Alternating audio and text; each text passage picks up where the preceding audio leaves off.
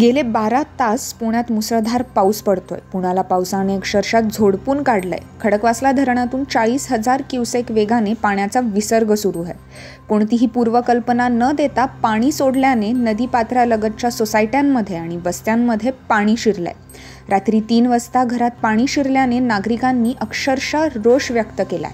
तर जिल्हाधिकारी सुहास दिवसे यांनी सर्व शाळांना सुट्टी जाहीर केली. गरज असेल तरच बाहेर पडा असं आवाहन देखील त्यांनी केलंय. पिंपरी चिंचवड शहराची तहान भागवणाऱ्या पावना धरण परिसरात रात्रीत रेकॉर्ड ब्रेक पाऊस कोसळलाय. गेल्या 12 तासात तब्बल 374 मिलीमीटर पावसाची नोंद झाली.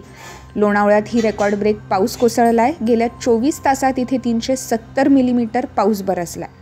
पुढील 24 तास पुणे जिल्ह्याला रेड अलर्ट देण्यात आलाय. इकडे सांगलीतही प्रशासनाने शाळा बंदचा निर्णय घेतलाय. सांगलीतही हवामान खात्याने रेड अलर्ट दिलाय. अलमट्टी धरणामुळे सांगलीला पुन्हा पुराचा फटका बसण्याची शक्यता आहे.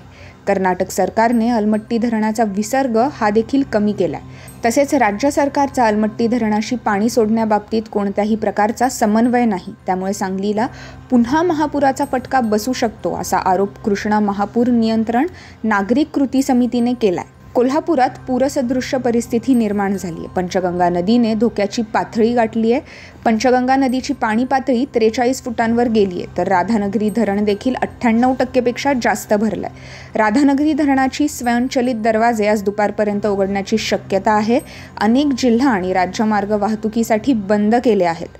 कोल्हापुराकडून रत्नागिरीला जाण्यासाठी महत्त्वाचा असलेला पंचगंगा नदीवरील शिवाजी पूल हा देखील वाहतुकीसाठी बंद करण्यात आला आहे.